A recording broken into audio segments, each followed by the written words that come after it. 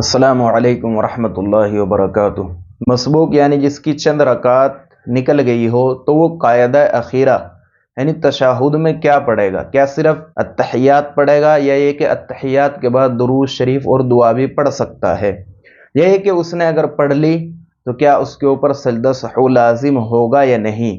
صحیح صورتحال کیا ہے؟ تو دیکھیے، اس میں مسبوق کو یعنی جس کی رکعت نکل گئی ہو وہ قاعدہ اخیرہ یعنی بالکل اخیر میں جو بیٹھتے ہیں، جس کے بعد سلام پھیر کر امام نماز مکمل کر دے گا اور یہ مسبوق اس کو کھڑے ہو کر اپنی نماز مکمل کرنی ہے، تو اس قاعدہ اخیرہ میں مسبوق کو چند اختیار ہیں۔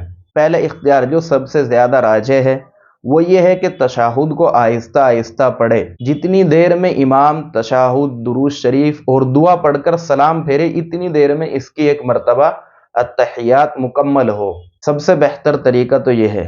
دوسرا طریقہ یہ ہے کہ وہ تشہد پڑھ کر خاموش ہو جائے، یہ بھی کر سکتا ہے، اس میں بھی کوئی حرج کی بات نہیں ہے۔ تیسرا طریقہ یہ ہے کہ التحیات کو ہی چند مرتبہ پڑھ لے، یعنی ایک مرتبہ التحیات پڑھنے کے بعد دوبارہ پھر التحیات پڑھ لے۔ اب تک بھی اگر امام نے سلام نہیں پھیرا تو تیبارہ التحیات پڑھ سکتا ہے۔ ایک طریقہ اور ہے، چوتھا طریقہ یہ ہے التحیات کے بعد درود شریف اور دعا یعنی مکمل پڑھ لے، جان بوجھ کر یا بھولے سے بھی اگر اس طرح پڑھتا ہے تو اس کے اوپر سجدہ سہو لازم نہیں ہوگا۔